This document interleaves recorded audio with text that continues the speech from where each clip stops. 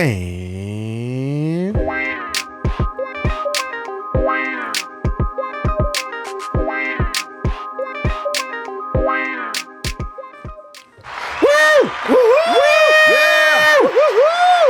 yeah, woo, woo, yeah, woo. Welcome back to another episode of Convos with Your Mom's Favorites with hosts Moe and Greg. I am Moe. I am Greg. And we are back. Are back with another episode for who? The people. The people. Uncle G, how are you? All right, how are you, sir? I am doing great. Me too. I will not complain. I am fine. Yeah, I am good. I am good. We're at the rapidly approaching the end of the summer. Oh, you know it. I know you're happy. September 1st, I went from, like, Mariah Carey is currently defrosting as we speak. She's defrosting as we speak. So by Halloween, she will be fully defrosted. She will be fully defrosted and ready to go. Yes. As a matter of fact, when we leave, once we finish recording, I am going to put up the Halloween, the fall decor around the house so that it get as much time to shine. Because come the Sunday of Thanksgiving week, it's all coming down. Going down. It's all coming down. Because wow. Can't believe how rapidly. This year summer is moving. Summer had somewhere to be. Yeah, now, mind you, it did. It had somewhere else to go. Now, last week, Summer did come back and say, "I'm not gone yet." Yeah. But I am packing my bags. But I am packing my bags to go. I am packing my bags to go. First week of September, and it's 97 degrees outside. What are we doing here? Yeah, it's ridiculous. That actually made me grateful to work in where I worked. Yeah, because of all of the studio stuff and like the lights and things like that. They have to keep it really cold.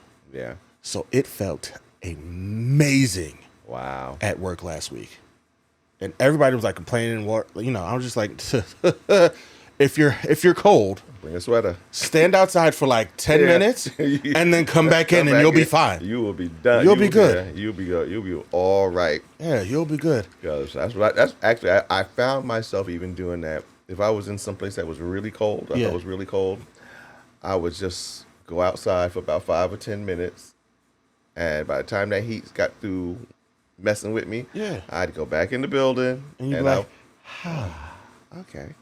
All right. I got this. I got it. Yeah. But we are here to talk about things and stuff and stuff and things and things and stuff. And more. And more. And we are going to do just that, starting with, y'all, it's kind of late because it didn't just drop. But, I'm a working man now. And as I've said repeatedly, I don't have time anymore. But I did go see Blue Beetle over the weekend, and you have seen Blue Beetle already. Seen it the week before. The week before. So, we're going to talk about that for a little bit. Yeah, we're going to talk about it and some things that I've been reading about it. Things that you've probably been reading about it also. Yeah. Yeah. But just going to start off giving kudos to George Lopez for just being incredibly funny his entire career. Yeah. And still being just as funny as when he first burst on the scene. I thought George Lopez was going to kill this movie. I was not looking forward to this. But actually, he saved this movie. He saved the movie. Had he not been in there providing his George Lopez comic relief, it would not have been. It wouldn't have been as enjoyable. Absolutely. Yeah. Absolutely. Kudos to George Lopez, man, because every time he was on the scene, it was his. It was his. It was his scene. He was definitely the scene stealer. Yes. Yeah. Yes. He owned every scene he was in. Yeah. But again, I was not excited. I was looking forward to seeing Blue Beetle. Yeah. There's a difference. I was looking forward to seeing Blue Beetle. It did not disappoint. But again, expectations weren't high. Nah, no. They weren't high. Mine either. Even with me looking forward to see it, my expectations for this movie were not high. So in that aspect, I really did enjoy this movie. Yeah. Now. It was enjoyable. It was enjoyable.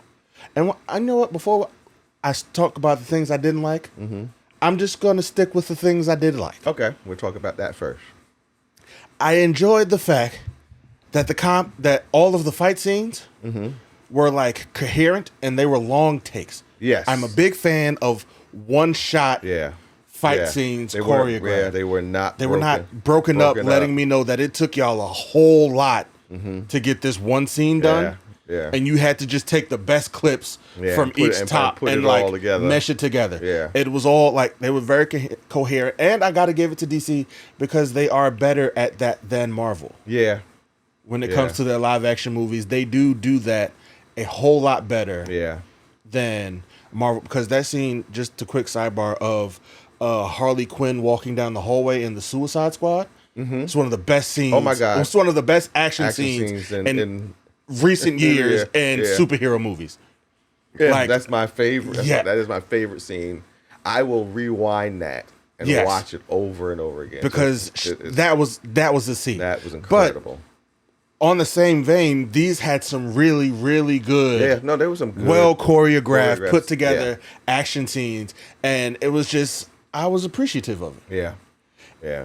I was also appreciative of the fact that it didn't take the first hour for us to see him in the Blue Beetle suit the first time. They went right in with that, and I was like, okay, good. Yes. It was a very quick setup, and they wasted no time putting him in the suit, which is always a plus for me, because why does it always take? So we know why we're here. Yeah, we're 9 times out of 10, you have shown us the suit in the commercials. Let's get to it, people. Yeah. And tell the story a little quicker. Yes, tell that part of the story quicker. Because I know I get it. You're doing character introduction and all that stuff. I get it. I get it. Do that quicker. Because, again, we don't go. You don't go to superhero movies for. Chances are you already know who the characters are. Yes. You already know where they're from, and you kind of like you already, unless you're telling a different story, you kind of already know. You know the backstory, because recently, in recent years, they've only been telling the popular hero stories. Yeah. Yep. So that's it already has a fan base. The fans already know what they're getting themselves into. Yeah. So it's just like, bro, there's no need. Like, I understand there are people who are going to go to the movies who don't know anything. And so you take your time and put that in there for them. We don't care about them. We don't care about them. This is for us, who have been long-standing fans of just superheroes in general and the specific characters we are here to see. Yeah. We don't care about Joe Schmo, who just came to go see a movie on a Friday night, and this is what he ended up going to see. We don't care about them. Because he's not invested. He's not really a fan. He's not going. And chances are this movie is not going to make him or her come away as a fan. Right. They're not going to go out the next day and buy a whole bunch of Blue Beetle merch or comic books. They're not doing that. They're not doing that. They're not doing. This is not going to be. They're not those people. They're just going properly just to see what it's about, maybe on a date night, and they're going with somebody who might be familiar with it, right? Or they may be taking their children. Exactly. And with what's been happening with movies now as well, there's always like a movement behind it, right? Because with this one, there was a big push with the Latinx community because he was a Latinx hero. Yes. So there was that whole push. There were people probably going to see the movie just off that alone. Yeah. So again, there's no need to, to invest that much in a big, long, drawn out opening. Like, there's no need. No need. And they didn't. And to their credit, they did. They did not with this movie. They didn't do back that. to this movie. They did not. I was glad. And I was glad. I was appreciative. The suit. They didn't try to reinvent the wheel with the suit. Nope. They did not. They kept it. They kept it pretty standard. They upgraded it from the original Blue Beetle suit. Yes. Which did make the movie, and they paid homage to the original. Yes. Which is always great. Yeah. Like, because most times with new suits, they kind of like trash them. Yeah. Like when you get the new superhero movie and they redo the suit, they kind of trash. I kind of knew where they were going with that. Yeah. Because I said, when they first even mentioned the original Blue Beetle, I said, okay, they're gonna save that for the possible sequel. If the sequel happens, that will be again. And as you saw the ending, you saw that was the case. They'll save all that because again, they did bring out all of his tech. They ended up having to use a lot of his tech. But again, it was and here's the thing. I have been reading comic and watching comic books and then reading comic books and stuff. So I knew about the original Blue Beetle. So I was more of a fan of his than the new Blue Beetle, with all the really, really high tech stuff. So again, but it was good just to see that they even gave a little homage to the original. I said, okay. And honestly, that is another thing DC does better than Marvel. Mm-hmm. Because a lot of times with Marvel, they kind of like trash the old suits. Yeah, we talked about that. They kind of trash the old suits. It's like they're always looking for something newer. Yes, and it's like, for what? For what? And you're right, we did talk about that, so we won't go back. Yeah. The only time Marvel has made a proper cosmetic change that I haven't complained with is when they made Doctor Strange lose the yellow gloves. Okay. That is the only thing I have not complained about, because those yellow gloves looked incredibly stupid on Stephen Strange in the MCU, because he did have them at one point in the MCU. He did have them. Yeah. And I was like, those look incredibly dumb. Yeah. And I'm so glad that they just said, no, we're not going to use these going forward. So that's a whole different thing, and I'm cool with that. And I'm glad you point that out, because I forgot. I totally forgot. I had not even paid that close attention. Now I have to look back at the older movies when he and notice that I hadn't even noticed that. I think it's in Thor Ragnarok, because in the first Doctor Strange movie he doesn't have them. But if you watch when that scene where Thor meets Strange and Loki, he has the yellow gloves on. Really? Yes. And I should have picked that up right away, because I was a big Doctor Strange fan. I should have picked that up right away. In Thor Ragnarok, he has on the yellow gloves. Okay. If you actually want to go and see how ridiculous he looks in those yellow gloves. I kind of do, because and I'm glad it was in Ragnarok, because at least I like that movie, so it'll be a good watch. Yeah, I haven't watched it in a while. But back to Blue Beetle. Okay. Yeah. The problems I did have. Okay. I did have some problems. It wasn't a lot. No, it wasn't a lot. It was nothing. I only had one, but go ahead. Go with yours. It's probably the same problem. But go ahead. It was incredibly long. Yeah. It was incredibly long. Yeah. For what? Yeah. Yeah. There was a good 45 minutes to an hour that could have been cut from this movie. Wow. Wow. That I would have been okay with. Okay. All right. Okay. Give it for instance. What scene would you have done away with? The flashback with dude's family, the antagonist villain who got the other suit. Who he fought at the end. Susan Sarandon's right hand man. Oh, okay. In the OMAC suit. Yes. That whole flashback to let you know, yeah, cool. Okay. You could have just said, I've seen his memories. Yeah. And there is a reason we can't, the line right before you showed me the memory is all I needed to move the story. Yeah. You don't have to take the time out to show me that I knew from the moment you saw Susan Sarandon that she was the bad guy. Oh, yeah. And that there was nothing redeemable about her. Wait. From the moment she showed up on screen. Yeah.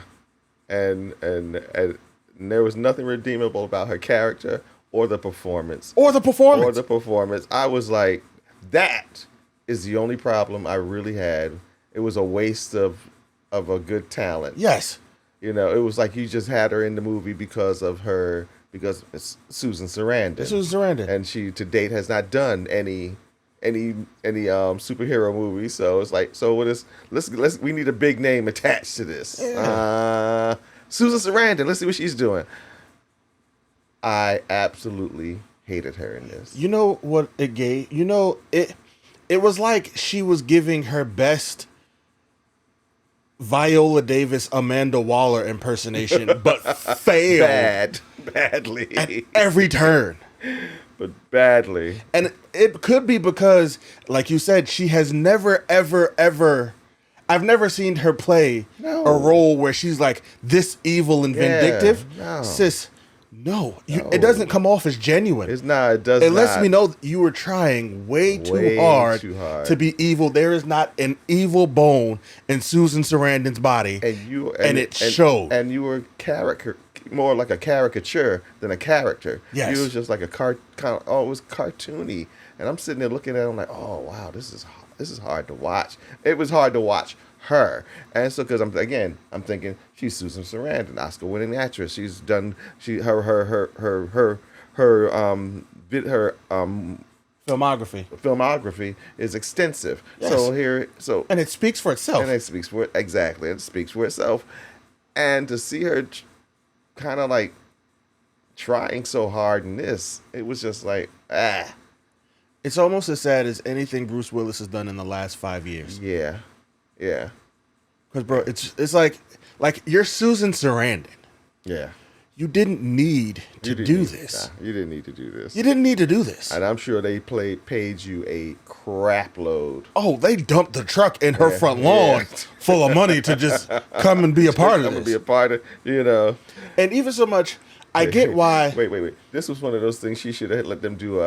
They should have just had to use her image and AI. Right. They should have AI, handle this. Yes. But it's just like, it was...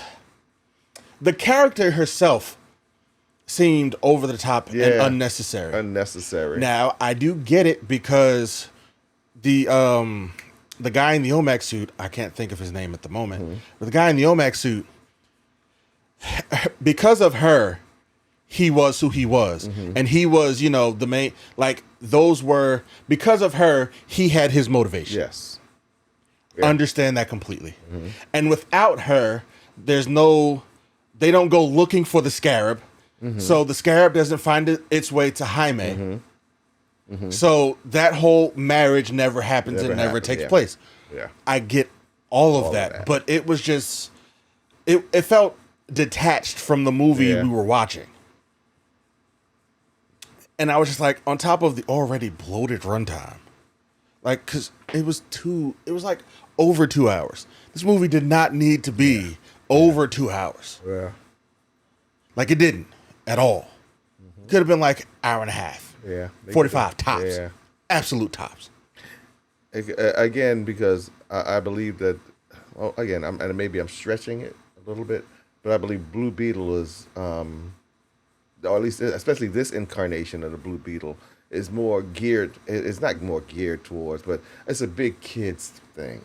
Absolutely. Kids love that character. Oh, yeah, because he's a young superhero. Yeah, because he's young. He's a young superhero.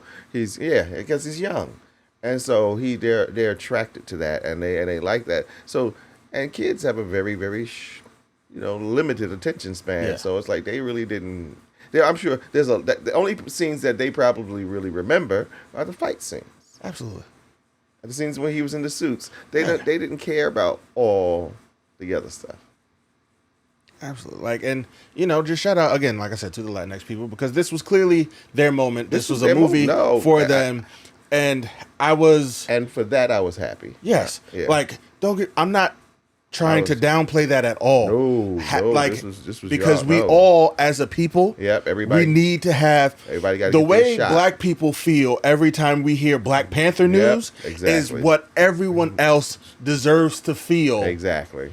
We all cultures deserve to have this moment where you get to see us on the screen in a positive light, being a superhero, doing superhero things. I totally get that, and I totally agree with that. Great. It is great to see, and to not have to share that moment, because again, black people were excited in Black Panther Wakanda Forever, and the introduction of Namor in that was great.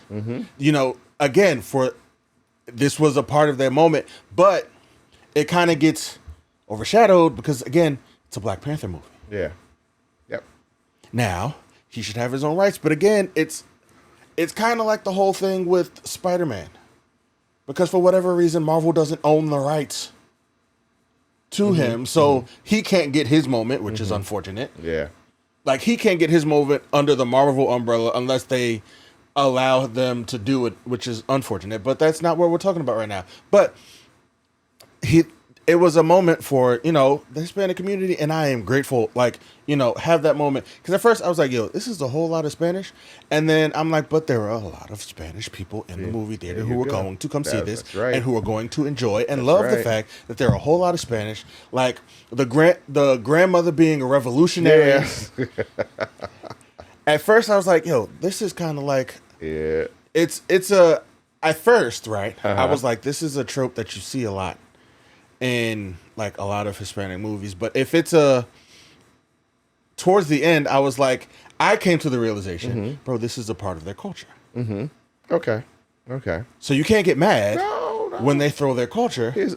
It's like being mad every time you see a black movie and there's an old person in it who used to be a Panther.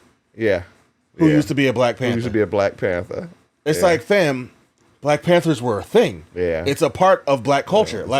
So you kind of got to just... It's a part of our history. Yeah, you can't just pick and choose which parts of the culture that you get to want and accept on television. You've got to accept the whole thing at all times and just be okay with this is not your moment, but you can still be happy and grateful and supporting the moment that is taking place on TV on the screen, which I was. So shout out and kudos to this movie. Yes. I do not like the fact that 500 movie theaters across the country have taken this movie out of theaters. I didn't understand that. I mean, there have been worse movies that you just let ride. I don't understand why. I kind of understand why, but again, I didn't like that either. It's like, really? I said all the crap that has been foisted upon us in movie theaters and movie theaters. I've never heard, and it hasn't even been out that long. No. So you're not even giving the movie itself a chance to grow, and realizing the fact that this movie is being released during a writer and actor strike, so it's not getting the press and the attention that it probably deserved. Not probably, that it deserved. It's not getting the attention that it deserves, which would have this movie, had there not been a writer strike or an actor strike currently taking place, is #1 in the global box office for weeks at a time. Exactly. I guarantee it. Unfortunately, because of current events, we will never know that. Yeah. But I believe, had there not been a writer strike and an actor strike, no, we will know that. You want to know how I know we will know that? Elemental. That movie just came out. It was, the first couple of weeks, it was a box office flop. But they didn't pull it, and it is now one of Pixar's highest grossing movies ever. Yeah. When you told me that, I was amazed, because I remember it being designated a box office flop failure. I mean, a absolute failure. And next thing you know, I'm hearing how this is the greatest, one of the greatest movies, one of the highest grossing movies ever. And I'm like, because it didn't get a lot of press, but it did get a lot of press and word of mouth. Yeah. Because the people who saw it was like, yo, this was actually a really good, high quality movie. Yeah. And they went and told somebody. Yeah. So then they went to go see it, and then they agreed, and then they went and told somebody. And it was just word of mouth, one of the greatest comeback stories in recent years in regards to cinema, because again, it started off a flop. Yeah, I do remember hearing that. I remember you told me that. And it brings you to a larger point. Why are we judging flops versus success so quickly in movies? Yeah. In other words, if it doesn't make $1 billion in the first week, it's a failure. It's a failure, bro. Give it a chance. Give it a chance. Let it find to garner and find an audience. Yeah. Give it a chance to find an audience. Yeah. Because what you will then, it's ridiculous, because everybody is so quick to rush to streaming. Nothing Nothing is getting a chance to sit and there are sometimes, all of the best tasting food. You got to let it sit and marinate.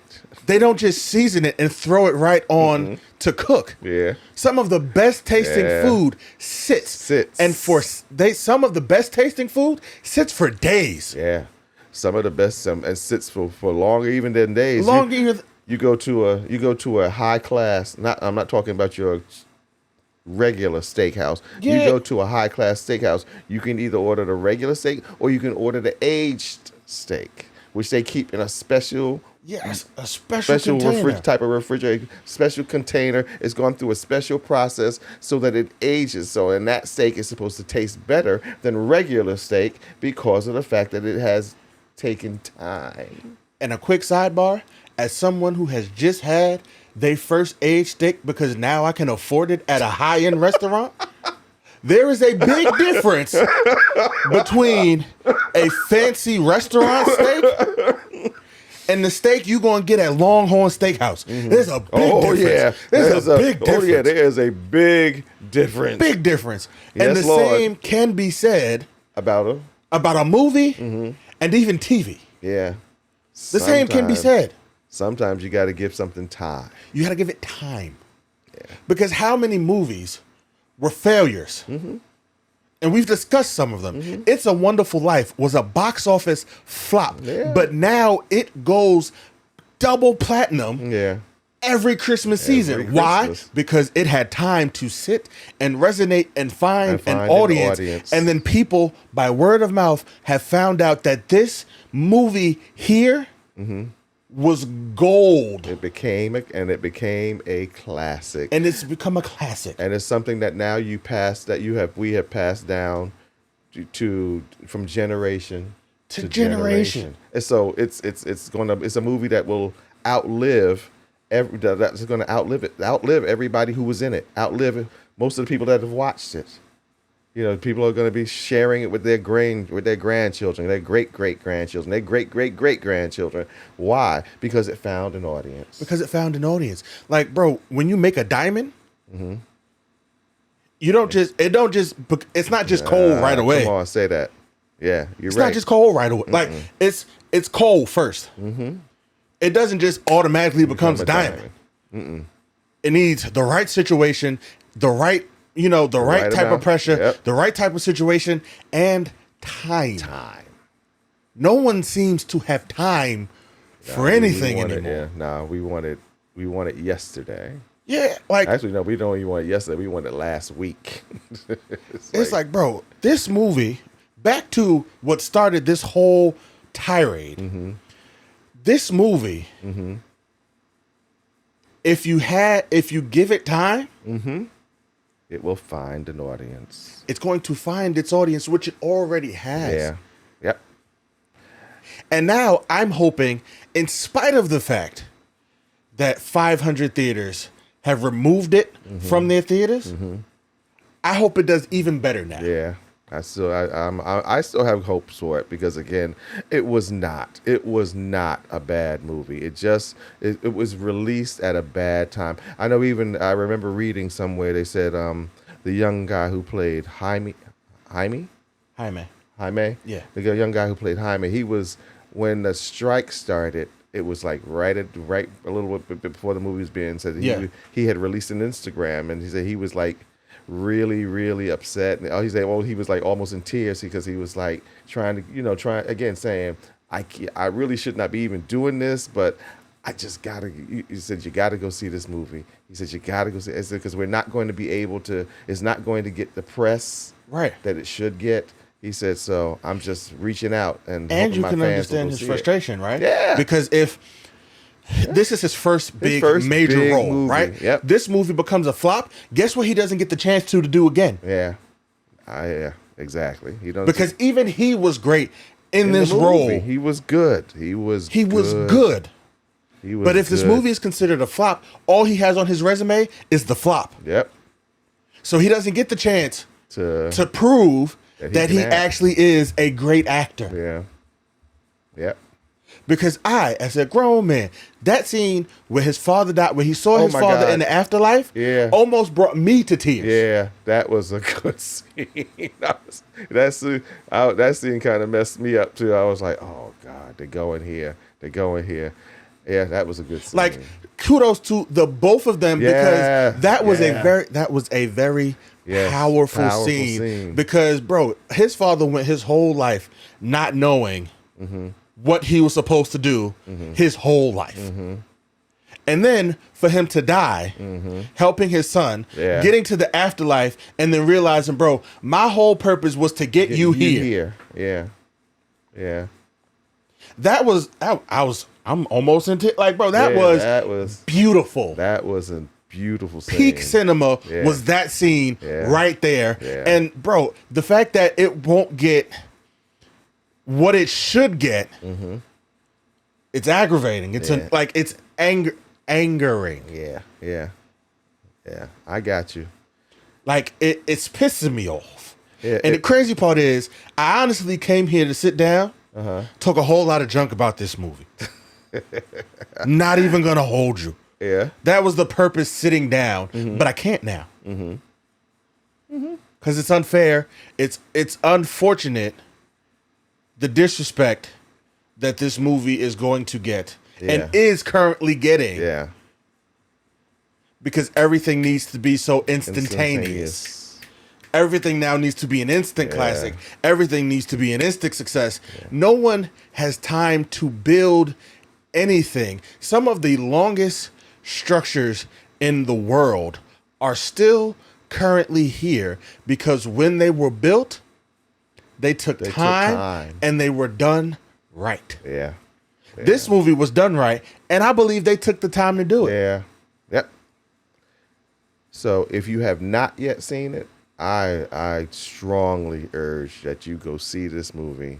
Please go see this movie in theaters if you can. Try to get it. If you can find a theater near you that's playing it, go see it in theaters. Take your friends and your family members. Again, I especially reach out to the Latinx community. You guys need to get out there and push and support this movie. Absolutely. Absolutely. You gotta go see it. You really need to.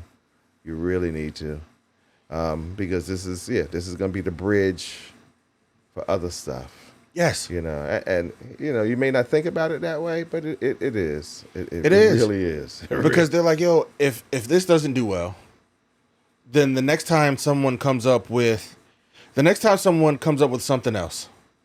Because Blue Beetle's not like a mainstay in the superhero universe. You just took my thought right out of my head. Like, it's not a mainstay in the superhero universe. Nope.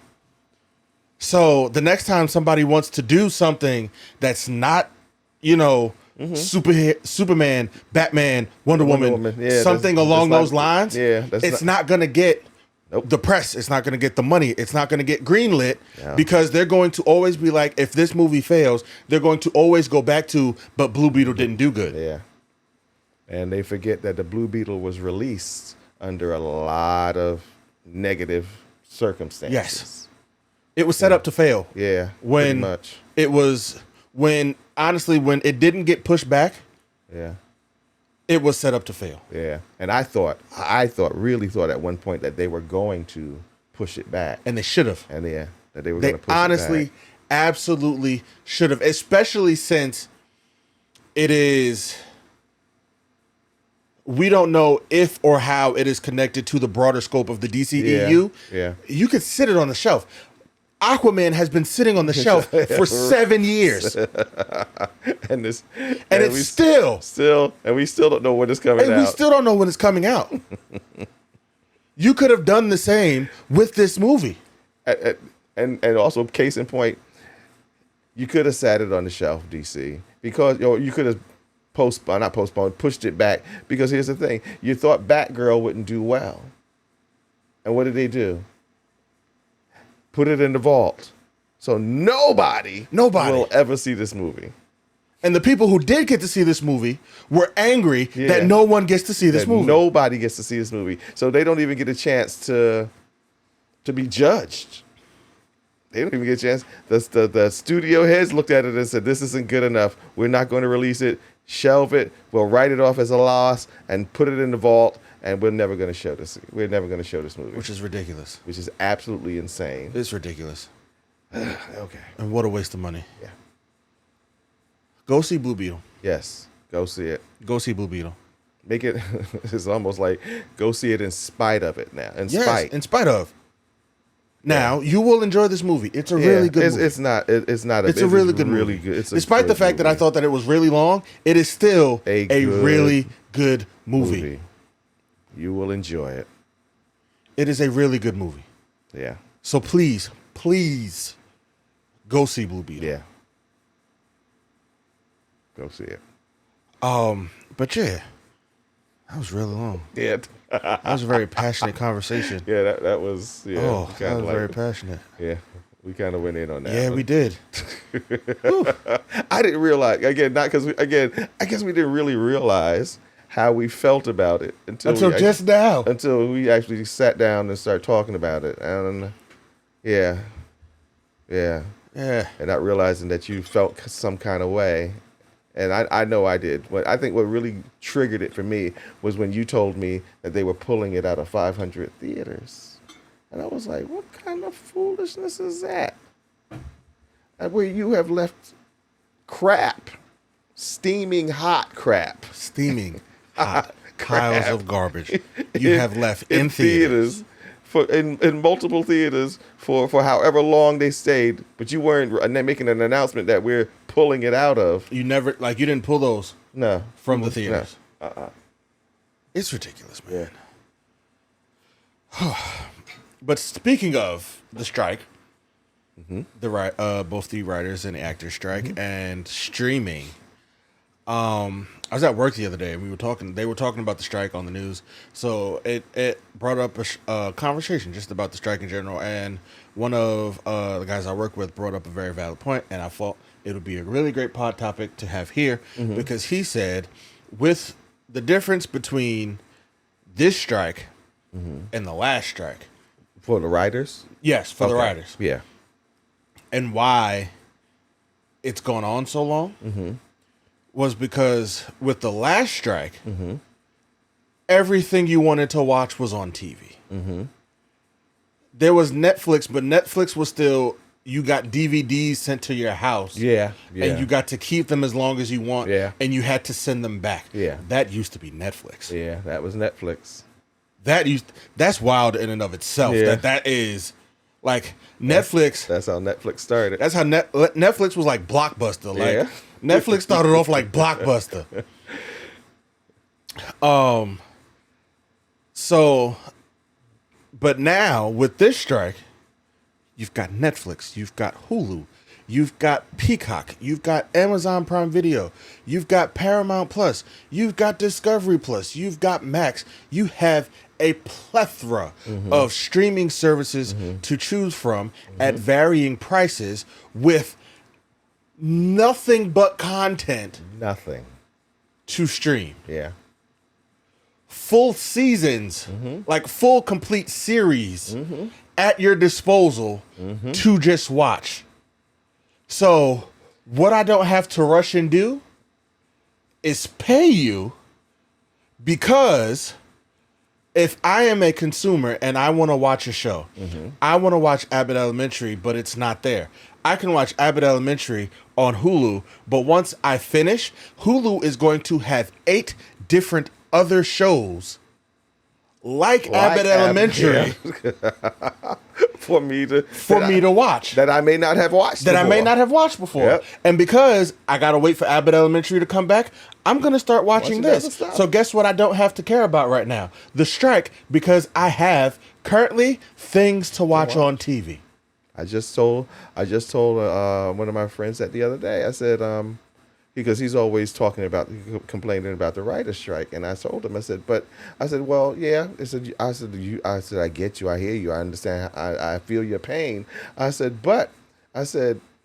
there's a lot of stuff out there for you to watch. With all the streaming services. Yes. I said, there's a lot of stuff. I said, I guarantee you, you would find about a good 100 shows that you have never watched before. You've never watched before, but you never would have clicked on. But always wanted to. Yes. But you just never had the time to do that. But now with this writer's strike going on, so yeah, you're right. So they're not in any hurry. Yes. And I don't know about you, I would like to apologize for a previous episode where we gave suggestions on things to watch. I would like to apologize because I am in support with the writers and the actors getting paid what they are owed. Yeah. Yeah. So I would like to I want to apologize. I will join you in that apology. Okay, so we would like to apologize for that episode and putting that out because again, that is not showing support for the writers and the actors. Yep. That's not showing support because it's like, fam, you don't need them to come back because there are a million other things that you could be watching. So you don't need them to come back. We don't have to pay them because, again, they're still getting money. Perfect example, Suits, the TV show Suits, which is one of the shows that we suggested. Because of this writer strike and the actor strike, Suits has now become the #1 show for a third time on Netflix and Hulu. I just noticed that. I just noticed that about on Netflix that Suits. I was like, Suits is in the top 10. It's in the top 10 again. Why is Suits in because it's become there has been a resurgence. And the amount of people who have gone back and watched Suits. Will just told me that he has now started watching Suits and he is loving the show. Really? Yes.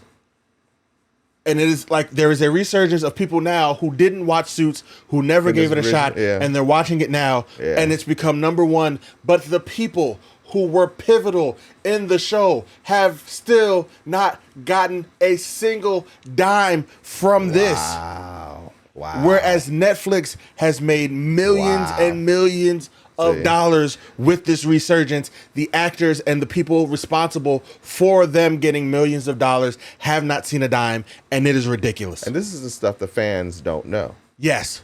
That by watching this stuff, we're kind of like... we're helping the problem, not the solution. Yeah. We're helping the problem, not the solution. Wow. Just imagine this, though. If all the people who watch content, who are movie watchers, television watchers. Just imagine if they all just mailed their stuff in and said, you know what? Until you end the writer's strike and the actor's strike, we're not watching any television. We're not watching any content. We're not watching any of the new content. We're not watching any of the old content that you're streaming. Just imagine if that would happen. How powerful that would be. That would make them have to... The strike would be over in days. A day at most. They'd be like, they would have to reevaluate some stuff quickly. Because now the streaming services wouldn't be getting any everything. play. Like, fam, if, let's just say... The networks, the streaming service, nobody would be getting any play. If we all said, I can't use Netflix because even though they put a handle on the sharing... There are ways around that. Yeah. There are ways around that. People are still sharing their Netflix password. Like, what are we talking about here? So, if let's just say, along with the writers and the actors, 70% of the population said, you know what? Until you start paying them what they're worth, we're going to cancel our subscription. Subscription canceled. Yeah. Disney Plus, canceled. Hulu, canceled. I don't know about Amazon Prime Video because you get that with Amazon Prime and you'd have to cancel a lot more than just Amazon Prime Video. But for the duration, you don't use Amazon Video. You just stop watching. You just stop watching. You just stop watching. Stop watching. Because that'll register too. That would register too. Absolutely. The amount of people that are no longer... your lack of stream. Using Amazon Video. Yes. Cancel Paramount until the people get paid. Yeah. The problem is solved quickly because we're losing money. Max. A lot of money. Max, gone. And Yeah, because again, and to show solidarity. Because again, and it's, interestingly enough, a lot of people that watch content, that watch on streaming services, that do watch all these different levels of streaming, it's not that they're not supportive of the actors. They just don't, actors and the writers, they just don't really know what they could do to support. That's a thought right there. There's a thought. If you get enough people, bro, get enough people to hit them where it hurts. If we start hitting them where it hurts and say, you know what? Well, when you guys cave in and do what you're supposed to, and you know what?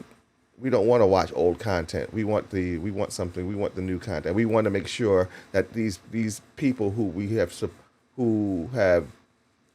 been fans of. Yes. We want to make sure that they like anybody else, that they get paid. And so, and here's the thing, what you may not also know, you need to do some research, that everybody on television and everybody in the movie theaters, everybody in the movie are not getting paid millions and millions of dollars. I remember watching a TikTok. There's one actress, she actually, and she's been, and I recognized her, and I've seen her and stuff. Mm-hmm. And she said, "I want to show you my check."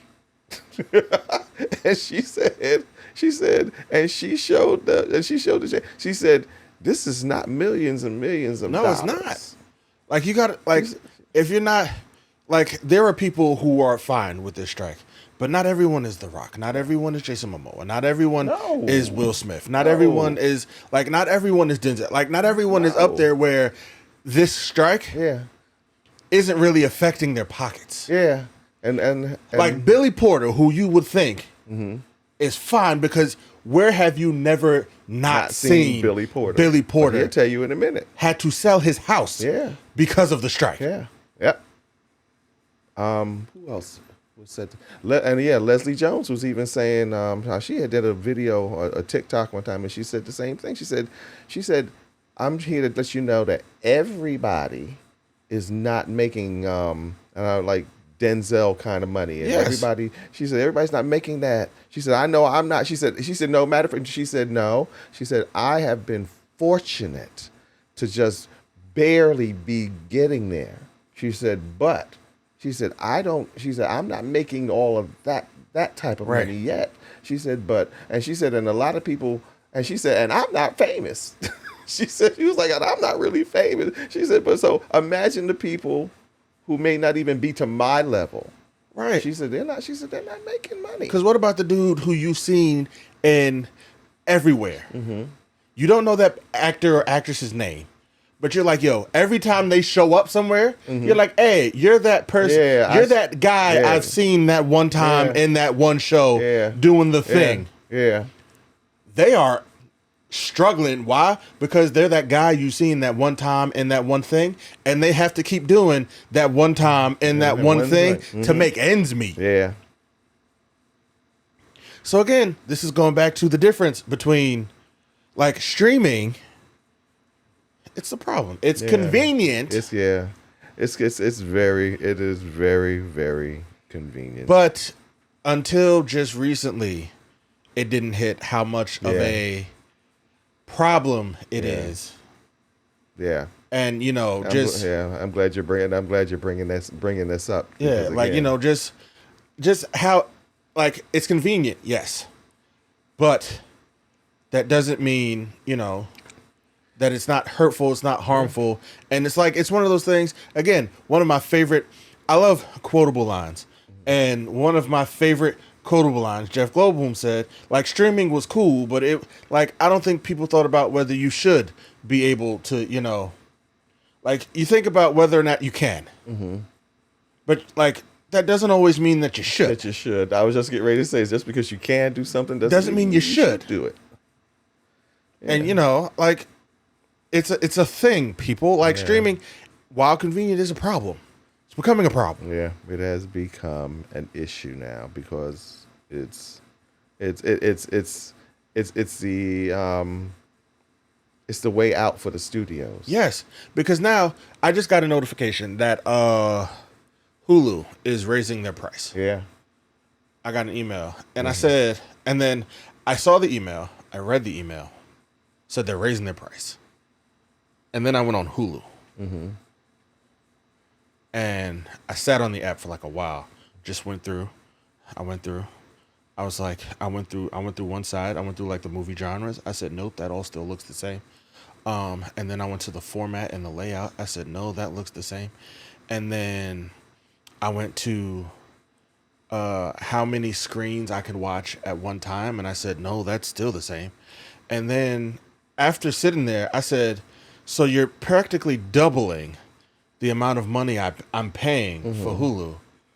But where's it going? Because the app still looks the same. You haven't announced anything new or different or groundbreaking to cause me to be okay with you raising the price. So what's the purpose in raising? So it's clearly already having an effect. Because and now that you said that, I'm thinking now, it's like, here's the thing. You're not really even adding any new content because of the strike. Because of the strike, there's no new content. So you're charging me, you're upping my fee so that I can go back and continue to watch what's already there? What's already there? What's already there? Are you kidding me? Like, I immediately, because when they first, because I'm a big fan of just paying one price for multiple things that, convenience. I am a slave to convenience. It's a problem, but I am, I have already admitted that I am a part of the problem. Yeah. Thank you for just name of the episode. I'm a part of the problem. I'm a part of the problem. I've already said that. But when they said you could get Hulu, Disney Plus, and ESPN Plus for this price, because I was already paying separate prices for I said, cool, great. I'm going to get it. Because I'm not one who uses it, but my dad, he's a big MMA fan. He watches a lot of that on ESPN Plus. So cool, we could just throw that in there too. Now you get to watch all the MMA fights you want because it's all included now. But then I even texted me the other day. I said, hey, my man, how much do you actually watch ESPN Plus? Because I don't know if I want to continue to pay for all this content that I'm not even watching. You know what apps I use the most? Hulu and Peacock. Are they part of that package? No. Okay. Hulu's a part of the package with Hulu, ESPN, plus Disney Plus. Hulu's there. But unless there's a new Marvel movie, I hardly ever go on Disney Plus. Me either. I hardly ever go on Disney Plus.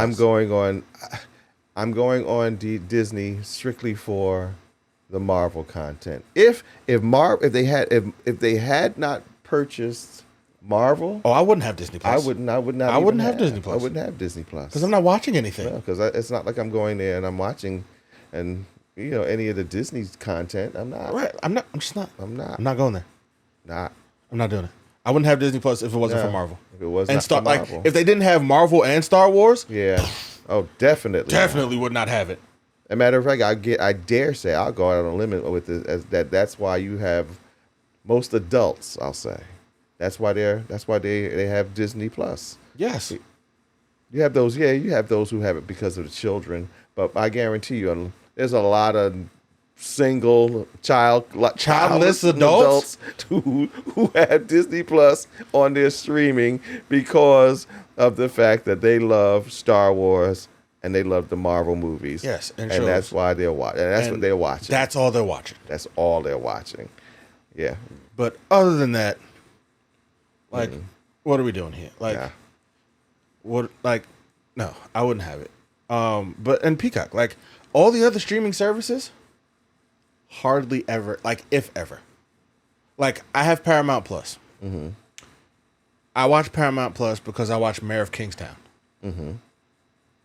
And they have all the Transformers movies on there. Okay. And I like the Transformers movies, so I will keep, I go on there for that. But that's about it. I'm currently watching Spec Ops Lioness with my mom. How is that? It's really good. Okay. It's really good. See, but if I'm watching Paramount, believe it or not, it's usually because I think the reason I got Paramount was because of Picard. Right. I got it because of Picard. That's where Paramount Plus is currently where all the Star Trek fans live. Yeah. Yep. Because they have all of the Star Trek content. Yep. And they have it all right there. Yep. That's why I can't get rid of it, because my dad is a Star Trek fan. and he himself is watching Picard, and he watches the new Star Trek stuff. Yeah. So yeah, I'm not gonna get and be honest with you, out of all the new Star Trek stuff, the only thing I've watched is Picard. Oh yeah, regularly. That's the only thing I followed was Picard. All the other ones, hit and miss. If I might watch it, I might not. But other than that, that was why I got Paramount. It was, it was crazy. Like Peacock, I've got a lot on Peacock that I watch. There's a lot of stuff on Peacock. A lot of stuff that I'm watching on Peacock. Yeah, there's a lot. Yeah. I'm a wrestling fan, and now that the WWE is up there, woo-hoo, I'm there. Yeah, so that's. But then again, I get Peacock for free because I work at NBC, so that doesn't really count anyway. Are you kidding? No. Oh snap! That's good. Yeah, that's a beautiful thing. It's a beautiful thing. And now with whatchamacallit getting ready to join the Peacock stream, the John Wick universe.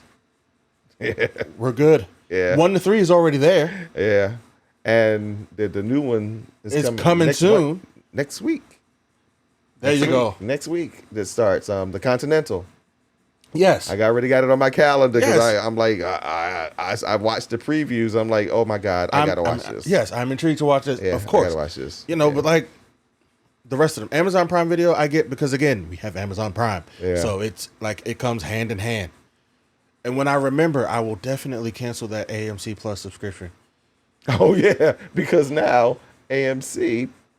I don't know if it's a temporary thing or if it's going to be an ongoing thing. Actually, now AMC just recently, they're now streaming content on Max.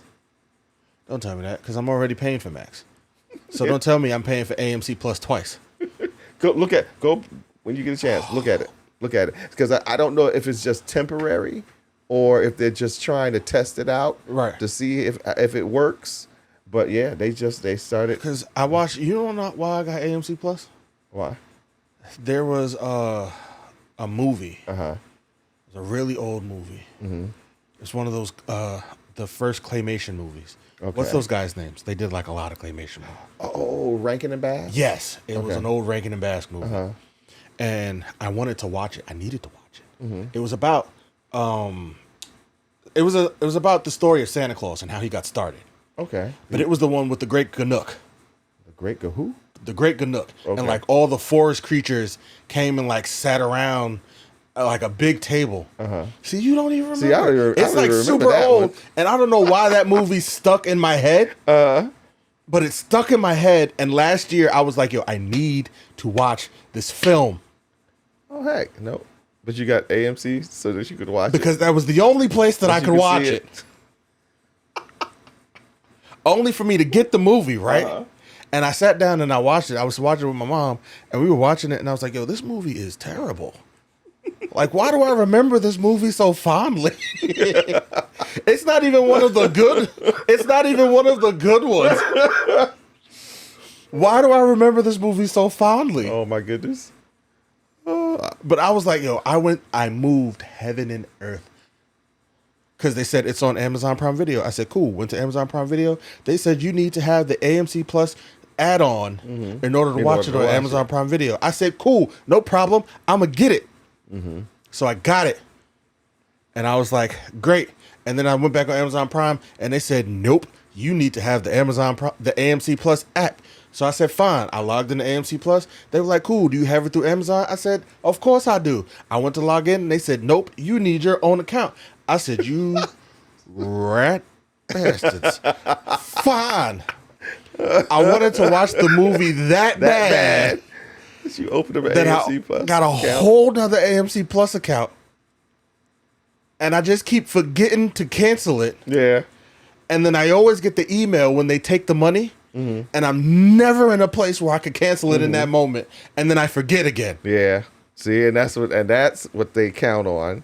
They count on just when they send you that email that you're going to be busy and you're not going to see the email and you're going to forget. Because they never send it at like 5 or 6 o'clock in the afternoon when people are home. They just got home from work and you're fresh and you have the chance maybe to like go and cancel. They send it at like 9:30, 10 o'clock in the morning when people are at work or on their way to work. Yeah. and you can't really focus on canceling a subscription. You got 100 other things running through your head. Yes. About your workday, so you're not really even focusing on that. No, you're especially the only way you might focus on it is if you did not have the money to pay for it. So if you had the money to pay for it, that they could just go and get it. You're not really going to, you're not really going to. Yes, because I get the email. They're like, you're not gonna think about it. Thanks for your subscription, and I'm like, crap. I keep forgetting to cancel that, and then I forget again to cancel it until I'm like, yo, crap. I keep forgetting to cancel. When this broadcast is over, once we are finished recording, you're gonna go cancel. I'm going to go cancel. Oh goodness. AMC Plus. Yeah, but again, when you get a chance, check Max out because again, I don't know if that's temporary but they are streaming several. Either way, it's getting canceled. It's getting canceled because again, I only went to watch the movie. I only went to watch the movie. There was nothing else on there that piqued my interest to keep it. Yeah. There was really nothing on AMC Plus that I really had to. No. I wasn't watching any of the Walking Dead universe movies. Nope. Because again, I just wasn't into that. And that was their big draw. Yes. Anything else that was secondary, that was their big draw as far as I was concerned. Anything else was like, I could watch it on the regular AMC. Yeah. No, I did watch. I watched Vikings on because that came on AMC. But was it on their regular stream or only on AMC Plus? No, that was when it was on AMC, like the television. Okay. Like it was on the network. Yeah, it was on AMC. So, but Amazon Prime Video has all of those seasons, so it was like cool. Yeah. I didn't even need to it was when Vikings was like supernatural in that I didn't watch it when it was on television. I waited until the season was over to binge watch the entire thing. Okay. Because it was just, the show was incredible, and I just hated waiting week to week to watch that show.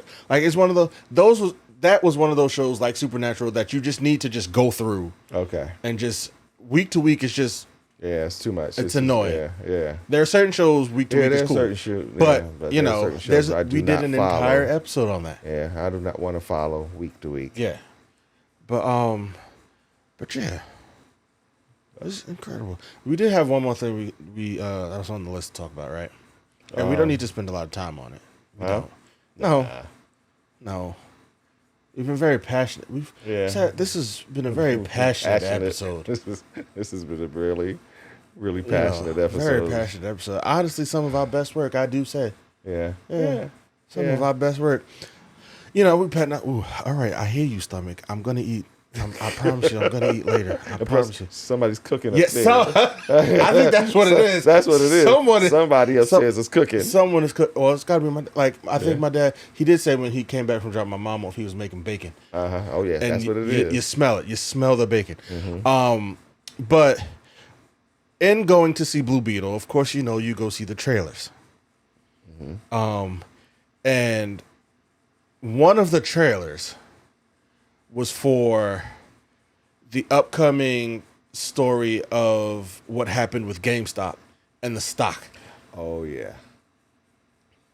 And I was very surprised with just the actors in that movie. I have not seen the preview for that. Who's there are a lot of people in this movie. Really? Yes. Like Seth Rogen's in it.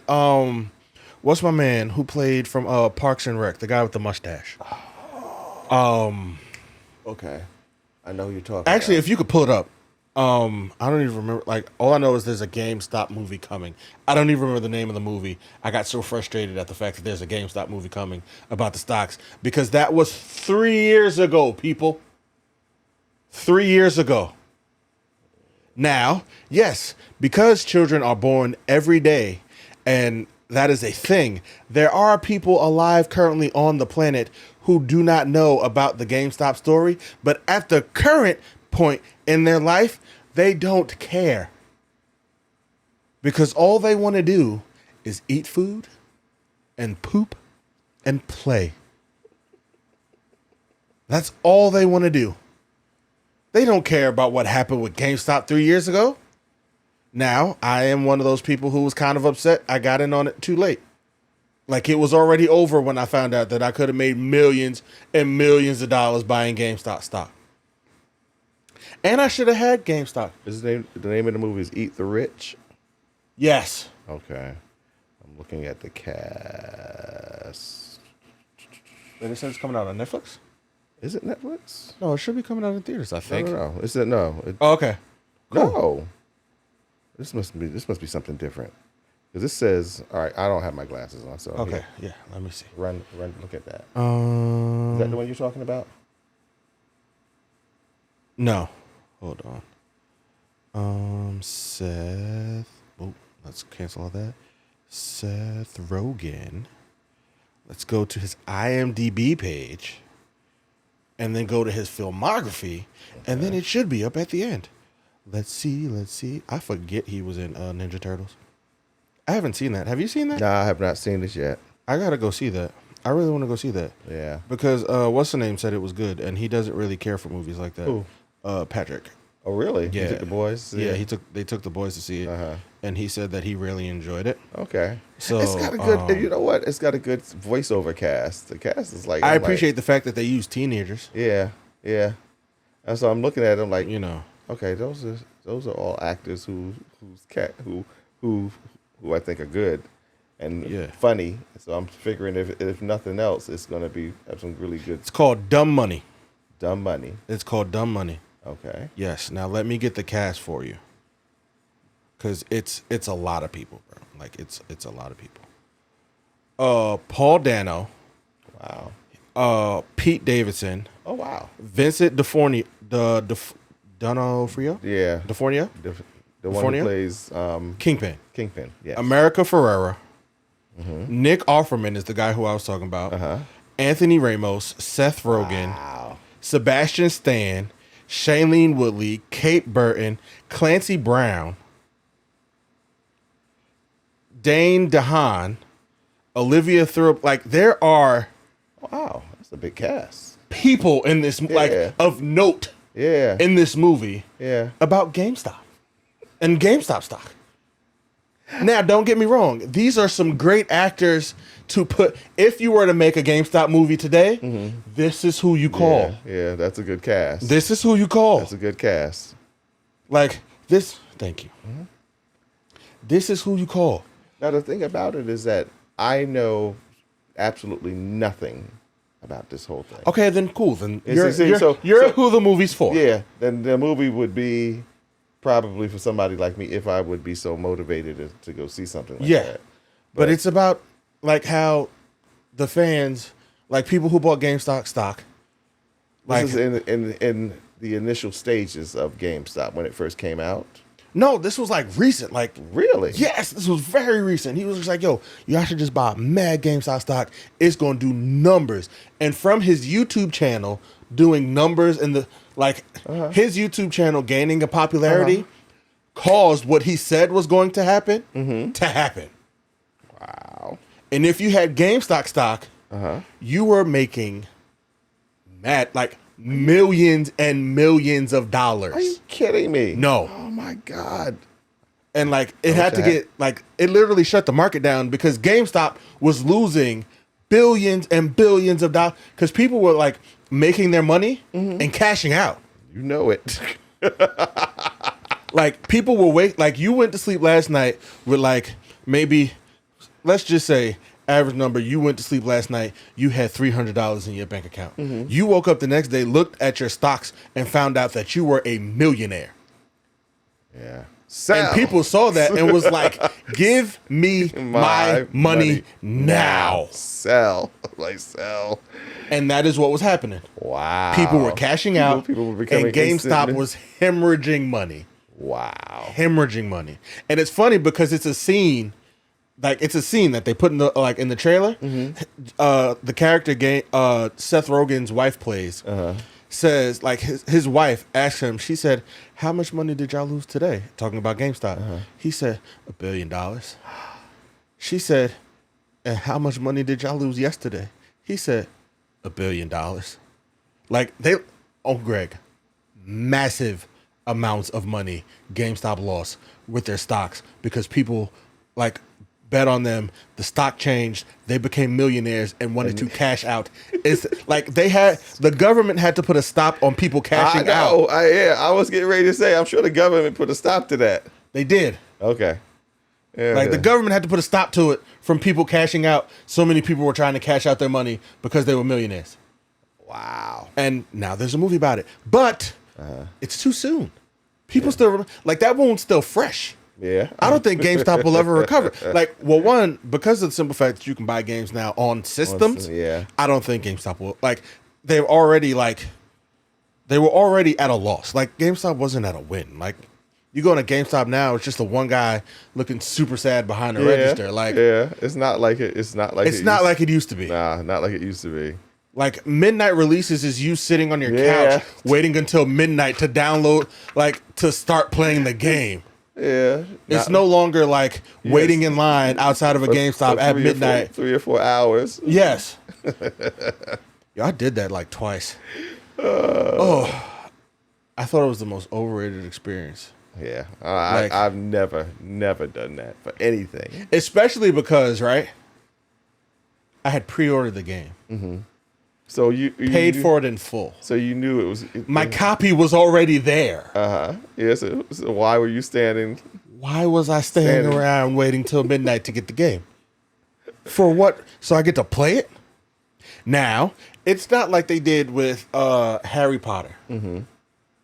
Pre-ordering that game came with a perk. Mm-hmm. The game came out on Friday. If you pre-order, I got the Legacy Edition. Mm-hmm. If you pre-order the Legacy Edition, the game came out on Friday. Pre-order the Legacy Edition, you got to play the game on Wednesday. That's a big difference. Oh, yeah. That's a big difference. It's a big difference. That's a big perk. Yes. Yeah. I was here for that. Yeah. Because I got, like, everybody got to play the game. I'm playing the game on Wednesday, and by the time you get the game on Friday, I'm miles ahead. Yeah. Gotcha. But it's just like, bro, why are we doing movies like this so soon? Yeah. It used to be, my example was when we first started, before we started recording, Wolf of Wall Street. When that came out, there was a whole generation of people who did not know what happened. Yeah. And did not know that story. Yeah. So cool, when that comes out, it is informative to a large group of people. Yeah. But there was some time, there used to be, again, going back to, there used to be time before these stories were put out. Yeah. Now, it's like as soon as it's happening, it's out. Bro, why is there already a COVID-19 movie? Are you kidding me? No, and it came out like 2 years ago. Are you kidding me? No. They didn't call it, it was COVID like 21. Mm-hmm. But it was just about COVID and that whole experience. Yes. Now it wasn't. There was, and I see what you're saying because it's like, why would I want to watch that? I lived that. People lived it. I lived it. And I'm still a little upset about it. Yeah. So why would I want to relive the movie that? came out in 2021. That wound isn't even close to starting healing. Like. Yeah. The peroxide is still sizzling on that wound. It was so fresh. Yeah, nah. Like, fam, at the end of the day, like, one, COVID is still currently, 3 years later, a thing. Yep, it is still a thing. Still a thing. But now, you're making a movie about it. And it wasn't even like it was an interesting take. I watched a movie with Chetway... That guy, you know who I'm talking about. OGO. Yep, I know you're talking about. Yeah, I'm going to butcher his whole name. I'm sure his name ain't Chetway. I'm sure I butchered that part. And again, I do apologize. I do apologize. He was in, It was him and Anne Hathaway. They did a movie. That was on... It was on HBO Max. Yes. It was on when it was HBO Max. Yeah. They did a movie that came out, and it was like a couple who have broken up, but it's COVID, so they got to live together. Again... Interesting take because that was a lot of people. Yeah. Like you broke up with somebody, but it's COVID, so we can't really leave. Yeah. Nobody's going to rent to you. Yes. You're not going to go out and find a place You're not going to, because you're not going out anywhere. Yeah, you're not going anywhere. Because there's a pandemic outside and you could die. Like that was an interesting take on just being together. Like on COVID-19. So I could see that movie. So being together with somebody who and a relate in a bad or a challenged relationship. Because the breakup was not fun. It wasn't pleasant. Like it was rough. Yeah. It was bad. Okay. But now they can't leave each other. They can't leave each other. Okay. All right. Yeah. Like, you could, that whole thing was, different take. The COVID-19 movie was about COVID and being in quarantine. And then they made it dark because there was like a team of people where like, if you had COVID, the government came to your house and killed you. Ooh. Whoa. Yeah, like it was dark. Whoa. Like it got real dark. Okay. It got real dark. There was like a quarantine team that like came to your house if you had COVID and you just didn't leave your house like ever again. Forget once you just healed from COVID. You just never left your house again. You're not leaving. Yeah. You're not going to get cured. But why? We got a cure for you. Like give things some time. Yeah. Nah. To like sit and marinate. Yeah. Like everybody wants to be, again, the first to everything. Yeah.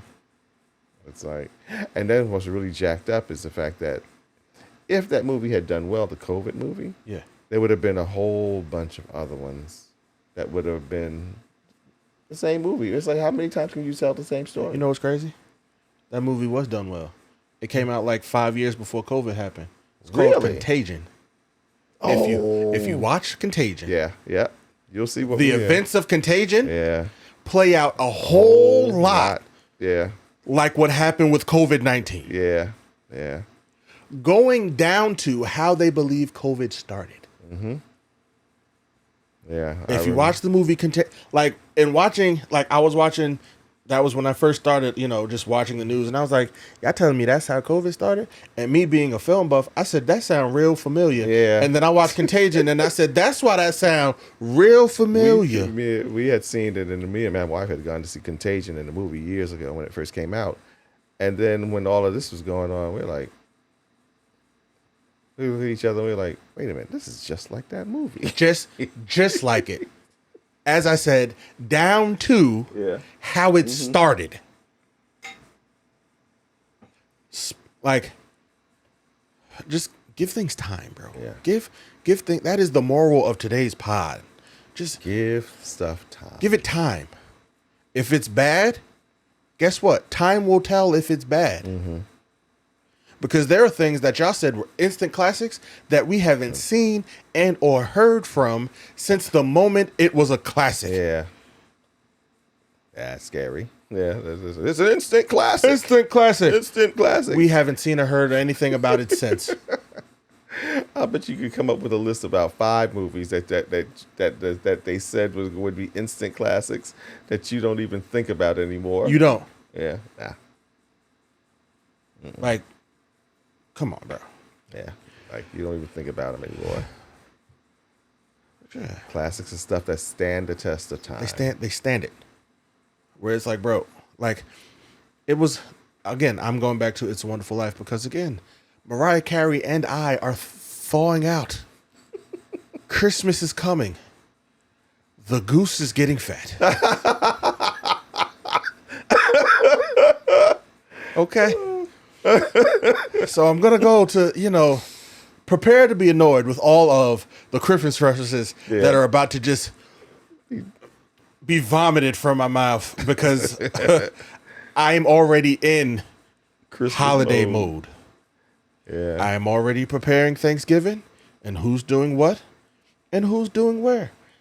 Because I need to have that ready. So that you can get through it. So that I can get through it and get busy. And get busy. Like, I've already started looking because I want to change the color scheme for this year's Christmas season. Uh-huh.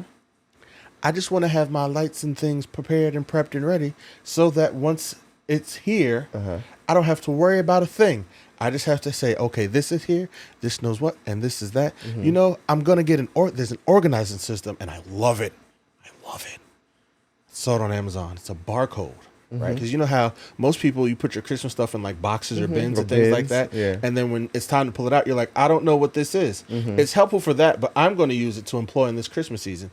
It's a barcode you put on the front of, or you put visible on the bin. On the bin, yeah. You scan the barcode, and it tells you everything that's in the bin without having to open it. That's a good idea. Right? That is a good idea. That is a very good idea. Like, it lets you know, like, I think it's a list or you take a picture of what's in the bin. Yeah. And all you do is scan the barcode. Yeah. So you know what's in the bin without having to open and go through the bin. And what's it called? Do you know what? Do you know? I don't recall. When you get a chance, I will send it to you. Send it to me because I could give that to. It's a good way to keep inventory. Yeah, yes, to keep inventory. I got to give that to my wife because she's got like stuff all over the place, and sometimes she's got stuff in storage because she's got her own business. And she says a lot of times she don't know what's in those bins. But if she did that, then she would be able to just scan the barcode and, say, okay, and know exactly what's in the bin. Yes. Absolutely. You wouldn't have to take it out and go through it looking for stuff. You already know what's in there. Yeah. But yeah, that's very helpful. But I said all that to say Christmas is coming. Christmas is coming. It's a Wonderful Life is a great movie because when it came out, it flopped. Mm-hmm. But then people started to realize this is not a heaping pile of dog crap. This is actually gold, and we should not have judged it so hard. Like the critics, when it came out, even trashed the movie. Mm-hmm. Yep. And I'm like, fam, if you look at this movie, like If You Could See Me Now, it's a staple at the Christmas season. Yeah, it's a staple. It's a staple, even in its original black and white form, because a lot of people don't care for black and white film. But me personally, because I've seen both the black and white version and the color version. I'm going to the black and white if I'm going to watch it. If I'm going to watch it, it's like if I'm going to watch it, I'm going to the black and white. Yeah, it's blasphemy to watch it in color. Because it adds something to it. Yeah. Yeah. So again, it's like classics. Classics. Same thing with Rocky Horror Picture Show. Yes.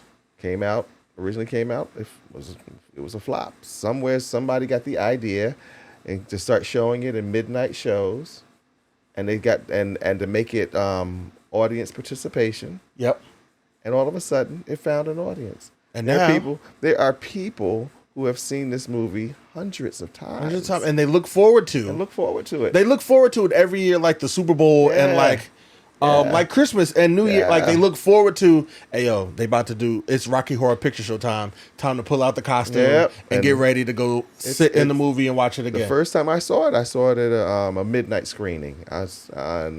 We went over to New York. Me and my wife had gone over to New York and watched it at a midnight screening, and I was like, oh my God, this is incredible. I mean, just the whole energy in the room, because again, everybody was so excited to be sitting there watching this movie. And again, after going back and doing some history on the movie, you find out that the movie had originally flopped. It flopped. But now it's cult classic. Cult classic. But if you don't give things a chance to do that, guess what? It won't happen. Nope, will not happen. It won't happen. If you don't give things a chance to find an audience, guess what? It will never do. Yeah. Find the audience. You will never see the potential of that thing that people have worked hard for and hard on if you don't give it a chance to do that. Yep. And to find an audience. Every movie, I believe, has an audience. Yes. You know, it's just a matter of giving it time to find it. You know. And you would think that if you spent all this money on it, you would spend all this money creating this big epic movie, that you would want to give it every opportunity it needed in order to succeed. Count your chickens before they hatch. Yeah. You know. It's ridiculous. Ridiculous. But we've been passionate long enough. Yeah. That bacon is getting too good. I'm hungry now.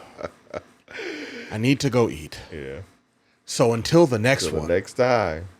We out. Peace.